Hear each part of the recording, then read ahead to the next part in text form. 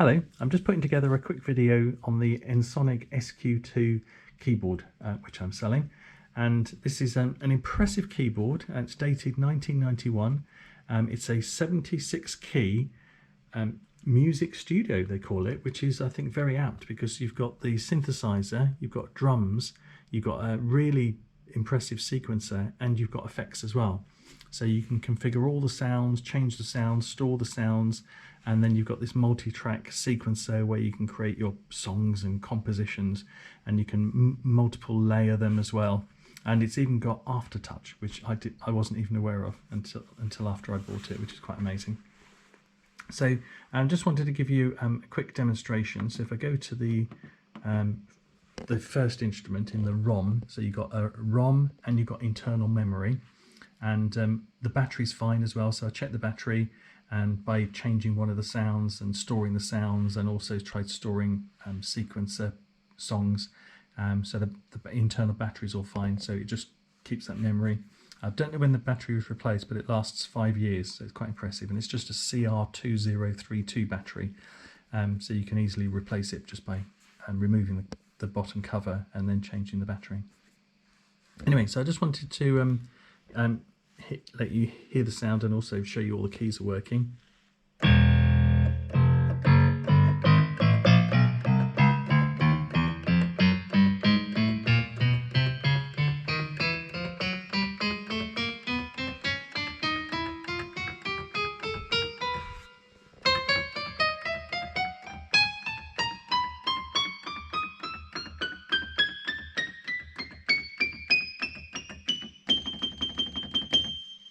And it's velocity sensitive as well, so if you touch it gently and harder,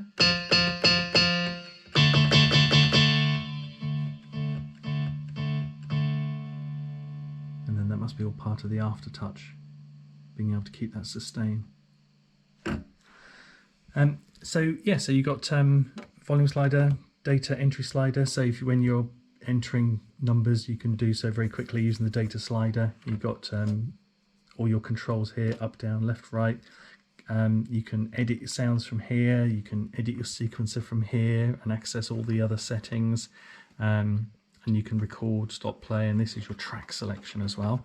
If I go into the different instruments, so you've got loads of different instruments. You've got 100 ROM sounds, including all different instruments, going all the way up to LA brass, analog synthesizers,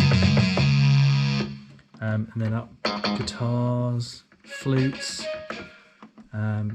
orchestra hits, and then island percussion, and then you've got your drum kits. So you've got like layers in the keyboard. So you've got this section which is this, and this section, cymbals, and this section, etc. And you've got multiple drum kits. So you've got R&B, top 40, fusion, and then wind chimes right at the end, African percussion,